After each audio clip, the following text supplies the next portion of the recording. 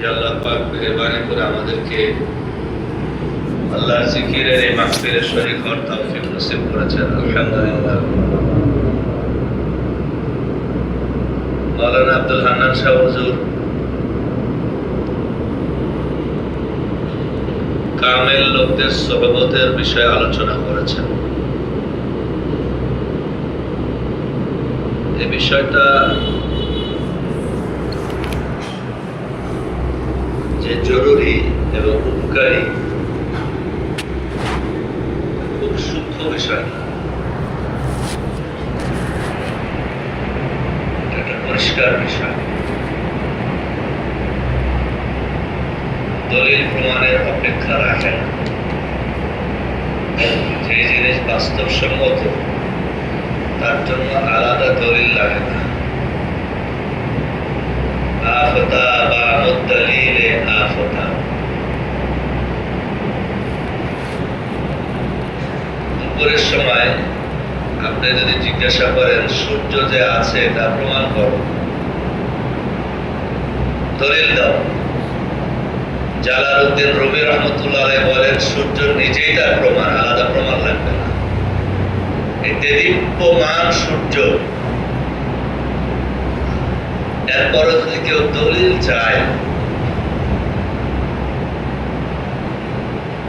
তার দলিল Jalaluddin Rumi রহমতুল্লাহ আলাইহি বলেন তোমার যদি সূর্যের দলিল লাগে তার থেকে মুখটা ফেরায় না, ওদিক তাকাইলেই বুঝবা।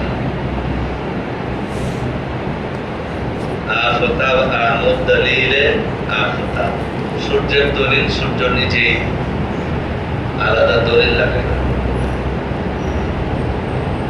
আল্লাহর মেহেরবানি, এরপরে অনেক দলিল আল্লাহ তাআলা দিয়েছেন। আমাদের দুর্বলতার দিকে মেহেরবানি করে থাকি, আমরা তার সাথে দুর্বল। এত স্পষ্ট বিষয়, সূর্য উঠলে চামচিকার চোখ বন্ধ হয়ে যায়।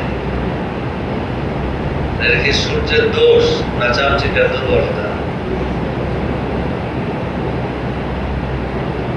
আমি বলতে চাই আরেকটা দিক, শুধু নেক সোহবতে থাকলে যথেষ্ট হবে না। এটা তো জরুরি বটে, ওই এর চেয়ে বেশি জরুরি হলো বদ সোহবত থেকে বেঁচে থাকা।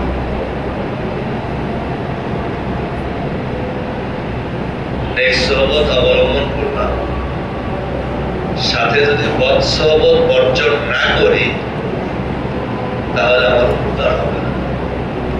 আজকে আমাদের এই জটিলতাটাই বেশি। কম বেশি সবাই কোনো না কোনো আলেম, কোনো না কোনো হুজুর, মুরব্বির সাথে এখন সম্পর্ক রাখে, যোগাযোগ রাখে, যাতায়াত করে বিভিন্ন ভাবে, বিভিন্ন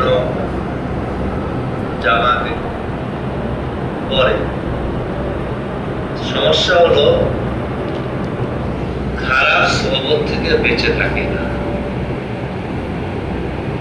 খারাপ সোহবত তো অনেকগুলো দিক আছে।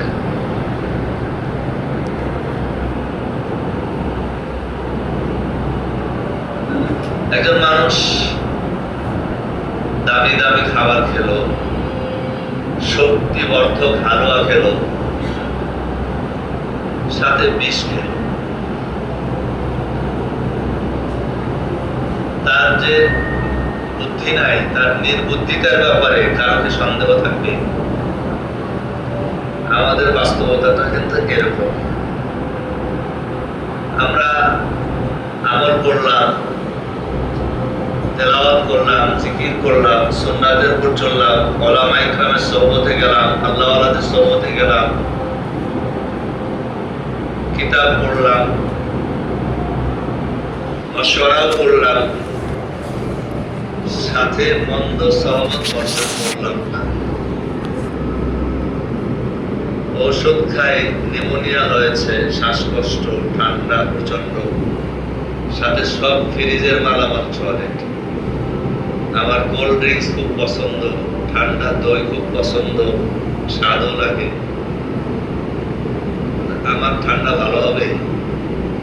তো খাচ্ছি।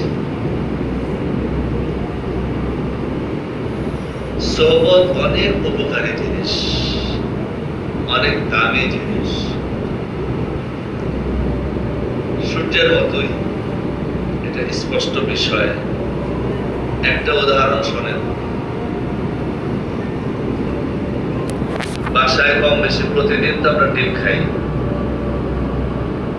ডিম ভাঙ্গি, ভেজে হোক রান্না করে হোক আমরা খাই।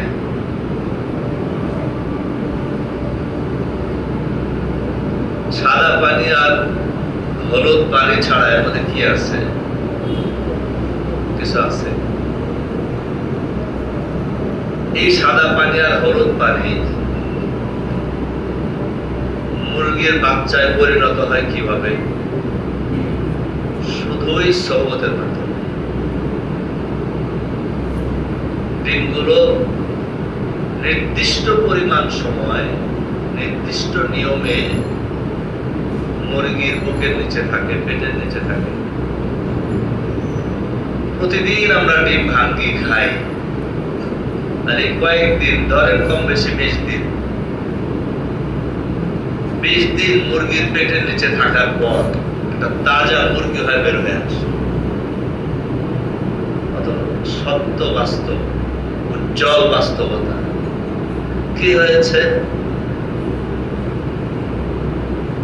নির্দিষ্ট পরিমাণ সময় সঠিক পদ্ধতিতে একান্ত তার নিয়ন্ত্রণে তার বুকের নিচে, পেটের নিচে, পাখার ভিতরে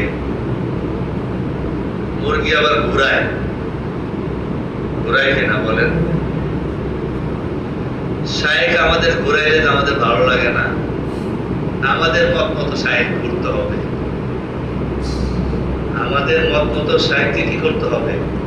ঘুরতে হবে। শায়েক আমারে ঘুরাইল, তাইলেই তো বেজা।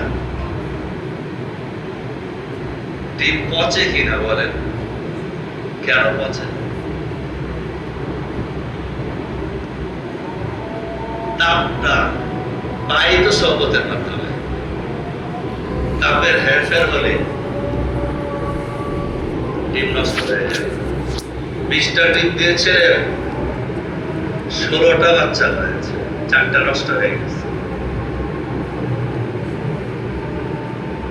আমাদের টঙ্গী দারুল মাদ্রাসার এক ওস্তাদ উনি বলছিলেন, আমার কবুতর আছে, ডিম দিচ্ছে,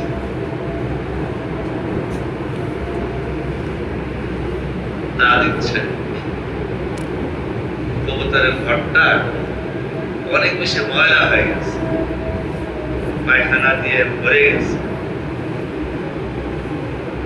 উনি পরিষ্কার একটা কাপড় দিয়ে ডিম 2টা বাইর করছে, বাইর করে ঘরটা পরিষ্কার করে আবার ডিম 2টা রেখে দিচ্ছে। হুজুর বললেন, আশ্চর্য প্রকাশ করার জন্য ঘটনাটা শোনালেন। কবুতর গেল, ডিমটা শুকলো, এরপর বের হয়ে গেল। দিনে রাতে আর ঢুকে না ওই ঘরে। ওই ঘরে আর ওই কবুতর ঢুকে না। 3 দিন পর্যন্ত এই অবস্থা দেখার পর আমি ডিমগুলো বের করে দিচ্ছি। বাইরের সোহবত কবুতর মেনে নেয় নাই, একটু হাত লাগছে বাহিরের। কবুতরও বুঝে এই ডিম তো সেই দিয়েছে, এখান থেকে বাচ্চা হওয়ার জন্য বাহিরের প্রভাব মুক্ত থাকতে হবে। বাইরের হাত পড়লো কেন? সে আর ভিতরে ঢোকে না। এই ডিম উপযুক্ত নাই, যোগ্যতা হারিয়ে ফেলছে। আমরা তো সবারই সোহবত উঠাই, নেকের সোহবত উঠাই, বদের সোহবত উঠাই, সব চান এবং ভালো সফলতা কামনা করি। এই ধরনের ডিম তো পচে যায়, এই ধরনের ডিম তো বাচ্চা হওয়ার যোগ্যতা হারিয়ে ফেলে। তার মধ্যে যদি স্বনির্ভর হয়, মাওলানা আব্দুল হান্নান সাহেব বললেন, জাতীয় অধ্যাপক হতে পারেন, হেডমাস্টার হতে পারেন, ওনারা স্বনির্ভর, সব পারে, সব বুঝে, অনেক বুদ্ধি। কারো কাছে, কারো বুকের নিচে নিজেকে দিতে হবে না, একাই বাচ্চা হয়ে উঠবে, আকাশে উড়াল দিবে, বাচ্চা উঠবে। কারো অধীনে থাকা ছাড়াই, কারো দাম নেওয়া ছাড়াই, তাই হবে। ওযু ছাড়াই নামাজ হবে, কেরাত ছাড়াই নামাজ হবে, হবে কি হবে না? ধ্যান করবে। মৌলবীরা বাড়াবাড়ি করে, জানে না সালাত মানে হলো প্রেয়ার। সালাত অর্থ কি? প্রেয়ার। শুধু আল্লাহ রাসূল এই অর্থটা বুঝেন নাই, ওই অধ্যাপক বুঝেছেন। রাসূল সাল্লাল্লাহু আলাইহি ওয়াসাল্লাম সালাতের অর্থ কেবল প্রেয়ার বুঝেছেন। ফজরের নামাজ, জোহরের নামাজ, আসরের নামাজ, ভিন্নতা আছে না নাই? রাকাত সংখ্যা, পদ্ধতি, ওহীর মাধ্যমে আল্লাহ তাআলা তাকে দান করেছেন। ব্যাপারটা তো এরকম। তাই বিষয়টা খুবই গুরুত্বপূর্ণ, কিন্তু পদ্ধতি মতো হলে কিভাবে হলে? স্বনির্ভর হওয়া যাবে না, ভিন্ন সোহবতও নেওয়া যাবে না। আমার মোবাইল ফোন তো সব সোহবতের সেন্টার। আমার মোবাইল ফোন সব সোহবতের কি কেন্দ্র? কোন সোহবত থেকে আমি বঞ্চিত আছি? সব সোহবতে আমি সমৃদ্ধ, মালামাল। এগোতে পারি না, 10 বছরে এগোতে পারলাম না। ভিতরের যে গুণাবলী আর ভিতরের দোষ থেকে যে পরিশুদ্ধি, এগোতে পারলাম না। আমার মগজ বেশি চলে কলবের তুলনায়। আমার কলবের তুলনায় মগজ বেশি চলে। আর কলব তৈরি হয় কলবওয়ালাদের সান্নিধ্য। কলব জেন্দা হয়, জেন্দা মানে আবার বাতিল টাতিল কিছু চিন্তা করেন না, পরিশুদ্ধ হয়। মাসিক আল কাউসারে মাওলানা আব্দুল মালিক সাহেব হুজুরের একটা বয়ান এসেছে, খুবই আমাদের প্রতিদিনের নামাজ, তেলাওয়াত, জিকির, তাকবীরাত, রোজা, এগুলোকে যদি তার রুহানিয়াত সহ, আদব এবং মূলনীতি সহ পালন করা হয়, এটা তাজকিয়ার বিরাট একটা কোর্স, বাস্তবসম্মত কোর্স। আলাদা শাস্ত্রীয় কোর্স লাগবে না। আর বাস্তবসম্মত এগুলো ছাড়া শাস্ত্রীয় কোর্স দিয়ে কিচ্ছু হবে না, পাণ্ডিত্য হবে না, রুহানিয়াত হবে না। এই জন্য ভাই হুজুর যে বয়ান করেছেন খুবই জরুরি, খুবই গুরুত্বপূর্ণ, কিন্তু তখন উপকারী হবে যদি কিতাবে এই শব্দটা নাজিস শব্দ দিয়ে আকারের রকম বলেছেন, যে নাজিসের সোহবত থেকে বেঁচে থাকবে। নাজিস যত সম্ভব মহসুনা শাহ আবরার হাসান রহমতুল্লাহ উদাহরণ দিয়েছেন। ছোট্ট একটা বালি করা চোখের মধ্যে গেলে চোখ এটা মেরে দেয় না। চোখের যে ফায়দা তা থেকে মানুষ বঞ্চিত হয়ে যায়। আর দেখেন চোখ বন্ধ, চোখ বলতে পারে না, ভিতরে অশান্তি, অস্বস্তি। ছোট্ট একটা বালিকণা আমাদের চোখের মতো জরুরি আর উপকারী জিনিসটাকে যদি ব্যর্থ করে দেয়, ভিতরে অশান্তি আর অস্থিরতা শুরু হয়ে যায়, তাকে বের না করা পর্যন্ত আমাদের কলবের মধ্যে, আমাদের চিন্তার মধ্যে, আমাদের পুরো দেহের মধ্যে, আমাদের পরিবেশের মধ্যে বালিকণারা সাপ বিচ্ছু দূষিত আছে না নাই? গন্ধ সোহবত আছে না নাই? এটা জরুরি। এরপরে অল্প অনেক দাম, দূষণ মুক্ত অল্প কি অনেক দামি। লা ইস্তাবিল খাবিথু আত-তাইয়িব ওয়ালাউ আ'জাবাকা কাসরাতুল খাবিস।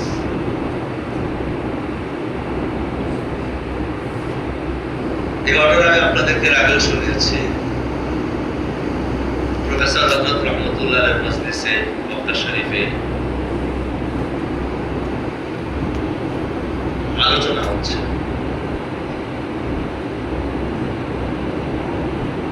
তফ কে কত বেশি করেছে এবং বেশি বেশি তফ করার বিষয়ে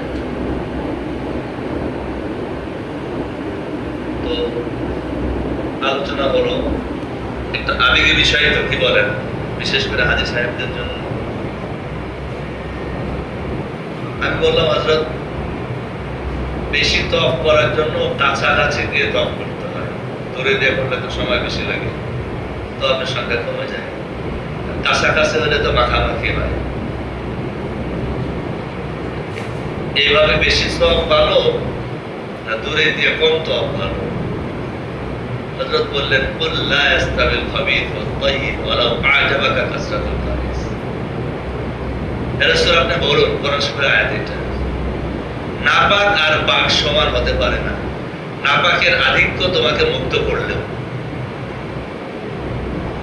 নাপাকের আধিক্য তোমাকে যদি মুক্তও করে, সেটা নাপাক। আধিক্য দরকার না পাক দরকার? হ্যাঁ, পাক যদি অধিক হয় তাহলে তো কোনো তুলনাই নেই, অতুলনীয়। পাক আবার কি অধিক, তা তো ভাষা। বেশি দরকার না পাক দরকার? কুল লা ইস্তাবিল খাবিথ ওয়াত তাইয়্যিব, হযরতের ফয়সালাগুলো এরকমই ছিল, পরিষ্কার পরিষ্কার এবং তাৎক্ষণিক, এবং বেশিরভাগ কোরআনে কারিমের আয়াত দিয়ে। কুল লা ইস্তাবিল খাবিথ ওয়াত তাইয়্যিব ওয়ালাউ আ'জাবাকা কাসরাতুল খাবিথ। আপনি বলুন, নাপাক আর পাক সমান না। নাপাকের আধিক্য তোমাকে অভিভূত করলো, মুক্ত করলো, ভালো লাগবে। এই জন্য বেশি চেষ্টা দরকার নাপাক থেকে মুক্ত হওয়ার। আল্লাহ তাআলা আমাদেরকে বোঝার এবং আমল করার তৌফিক দান।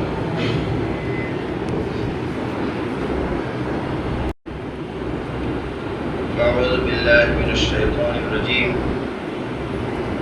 بسم الله الرحمن الرحيم. وكان أبوهما صالحا.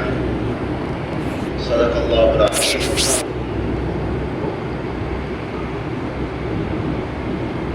এটি একটি আয়াতের অংশ।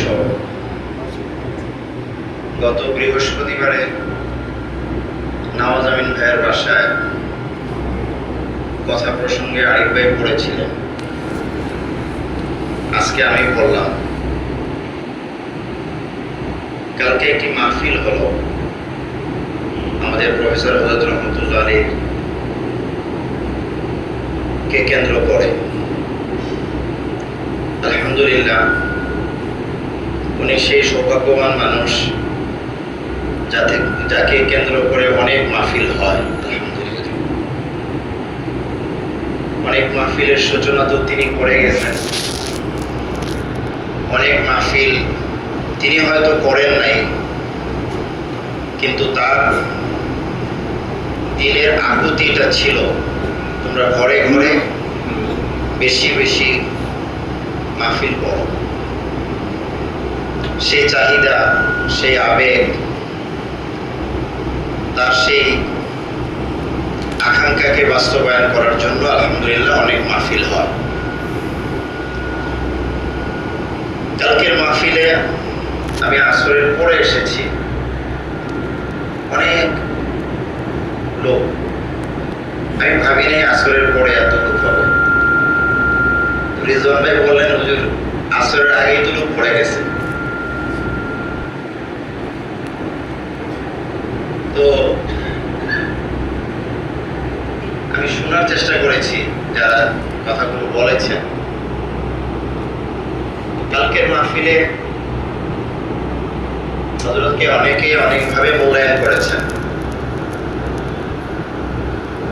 কেউ কেউ তো বলেছেন যে আমরা কি বলবো, কোনটা বলবো, কোন দিকটা বলবো। মুফতি মানসুর সাহেব হুজুর মনে হয় কথাটা বলেছেন। আমার একটা বিষয় বারবার মনে হচ্ছিল যে হুজুর একজন সালেহ মানুষ ছিলেন, সত্যিকার অর্থে একজন ভালো মানুষ ছিলেন। ওনার এই ভালো মানুষই অনেক উপরে। একজন ভালো মানুষ বলতে যা বোঝায় তার চেয়েও, আমার শব্দ আর কি, তার চেয়ে অনেক বেশি ছিলেন। মুফতি মানসুর সাহেব হুজুরের একটা কথা আমার খুব ভালো লাগছে। তিনি তো বলছেন হুজুর 4টা জিনিসের আশিক ছিলেন: আশিকে কোরআন, আশিকে সুন্নাহ, আশিকে উলামা, শেষ কথাটা যেটা আশিকে আখিরাত। যারা আপনারা পুরাতন মানুষ, এখন তো অনেকেই নতুন, আমি বছরের পর বছর হযরতের বয়ান শুনছি শুধু আখিরাতের উপর, শুধু আখিরাত, শুধু আখিরাত। কোরআনের আখিরাত সংক্রান্ত আয়াতগুলো পড়তেই থাকতেন একটার পর একটা। আলহামদুলিল্লাহ, আমাদের তো এমন সৌভাগ্য হয়েছে 1 ঘন্টা লম্বা বয়ান, 1 ঘন্টার বেশি লম্বা বয়ান আমরা শুনেছি। পুরো বয়ান ইনিয়া আখিরাত, এবং তিনি তাই ছিলেন। দুনিয়াকে নিয়ে ভাবেনি নাই, দুনিয়া ওনার মাঝে কোনো কিছু করতে পারেনি। কোরআন যে বলেছে ওয়াল হায়াতুদ দুনিয়া ইল্লা মাতাউল গুরুর, দুনিয়ার জীবন তো কেবল ধোঁকার সামগ্রী। এটা তো আমরা বলি, বয়ান করি, আবার খুব ধোঁকায় পড়ি। দুনিয়া আমাদেরকে খুব ধোঁকায় ফেলে, ওনাকে ধোঁকায় ফেলে। এই জন্য ভালো মানুষ হওয়া, অনেকে এই কথাটা বলেছেন যে আমরা তার থেকে শিক্ষা নিই। তাকে যেভাবে দেখেছি, এই বইয়ের মধ্যে যেভাবে তার সম্পর্কে আলোচনা এসেছে, হ্যাঁ, এই কথাটা অনেকে বলেছেন যে এই বই পড়া মানে তার সহবতে থাকা। এই বইটা মনোযোগ দিয়ে পড়া অর্থ হলো ওনার সহবত। তো তাকে যেভাবে দেখেছি আমরা, তার সহবত যারা পেয়েছি বা পাই নাই, তো তার থেকে যে শিক্ষাটা, বড় শিক্ষা হলো ভালো মানুষ। ভালো মানুষের কি সংজ্ঞা দিবেন আপনি? যেই সংজ্ঞাই দেন একেবারেই নিঃস্বার্থ পরোপকারী, তিনি তাই ছিলেন। ভালো মানুষের সংজ্ঞা যদি আপনি এটা দেন, তিনি অন্যকে প্রাধান্য দিতেন, ইসার করতেন, তিনি তাই ছিলেন। ভালো মানুষের সংজ্ঞা যদি এটা দেন, আল্লাহকে অসন্তুষ্ট করার কোনো কাজ উনি করতে চাইতেন না, তিনি তাই ছিলেন। তো আমরা যেন তার থেকে এই গুণগুলো হাসিল করার চেষ্টা করি। তিনি তো চলে গেছেন, এটাই বাস্তবতা। আমরা তার সন্তানদেরকে পাচ্ছি, ওনারাও চলে যাবেন, আমরা আছি, আমরাও চলে যাব। এটা তো সিলসিলা, এটা আসবে, একজন একজন করে নিয়ে যাবে। কিন্তু তিনি তো ওনার কর্ম দিয়ে একেবারেই চমৎকার ভাবে আমাদের মাঝে বেঁচে আছেন। আল্লাহ তাআলা আমাদের সবাইকে তার যে ভালো মানুষই, এটা হাসিল করার তৌফিক দান করেন। আমাদের আব্দুল মালিক সাহেব হুজুর একবার 54 মাহফিলে বলেছিলেন যে শেখ আব্দুল ফাত্তাহ আবু হুদ্দা রাহিমাহুল্লাহ, ওনার উস্তাদ সিরিয়া ছিলেন, অনেক বড় আলেম, সম্ভবত তার নাম আহমদ শারকা বা জারকা, ঠিক মনে নেই, যে কোনো একটা হবে। এরকম 2-3টা ঘরের সমান বিশাল বড় ঘর, পুরোটা ঘর ভরা কিতাব আর কিতাব। একজন সাধারণ মানুষ, লেখাপড়া জানে না, সে এসে বলতেছে যে হযরত মা তাকুলু হাযিহিল কুতুব, এই কিতাবগুলো কি বলে? কঠিন প্রশ্ন। এত এত কিতাব, শত শত কিতাব, এই কিতাবগুলো কি বলে? একজন এক কথায় কিভাবে উত্তর দিবে? তো আহমদ জারকা তিনি বলছেন, আপনি বলেন কি বলে? তো সে জবাব দিল, এই কিতাবগুলো বলে কুন রাজুলান সালিহা, তুমি ভালো মানুষ হয়ে যাও। আল্লাহ তাআলা আমাদেরকে খুব কবুল করেন, তৌফিক দান করেন। আমিন ওয়া আখিরু দাওয়ানা আলহামদুলিল্লাহ।